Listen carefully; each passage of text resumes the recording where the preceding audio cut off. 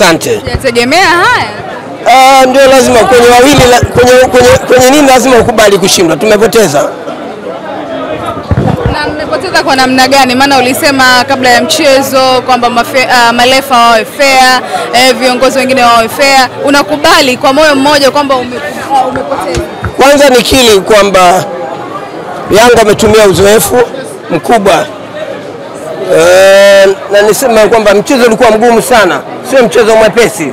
Waliamua kupiga mipira umbali wa mita 30-40 na ndio iliweza kuwasaidia magoli ya mipira ya kushitukiza ile. Kwa niseme mchezo ulikuwa mzuri kwa timu zote, na Yanga timu kubwa imetumia uzoefu wao kupata ushindi wa goli hizo mbili. Kwa lazima nikiri, Yanga timu kubwa imecheza vizuri na wameona uwezo wa Mtibwa, kwa hiyo kaona namna pekee watumie namna nyingine kwa kisha napata ushindi. Bali na ukubwa wa klabu ya Africans ambao wanausema, walipenya wapi wakapata haya mabao mawili ambao wameonekana? Ukiangalia wote tumekuwa mashuhuda mchezo ambao umemalizika. Timu zote zimecheza kwa kiwango bora sana. Nimeongea na rais wa klabu ya Yanga, nasema Mtibwa mna timu bora sana. Nadhani uzoefu tu ambao umechangia kwetu sisi kupata ushindi.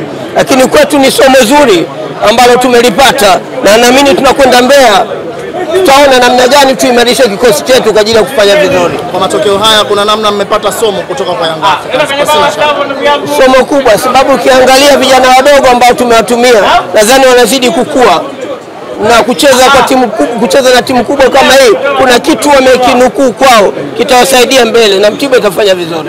Mwamuzi wa mchezo wa leo amekufurahisha kwa namna gani kwa matokeo yake uwanjani? Hatuwezi kusema, makosa kiubinadamu yapo. Huwezi ukawa na 100% lakini anafanya kazi nzuri. Tumwachie, amefanya kazi nzuri, dakika 90 zimemalizika.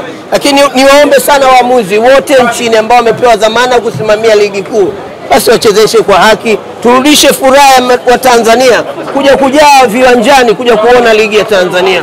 Tumeshuhudia msimu uliopita watu walikuwa wachache kwenye ligi kutokana na kutokuwa na sheria, watu wanapindisha ovyo.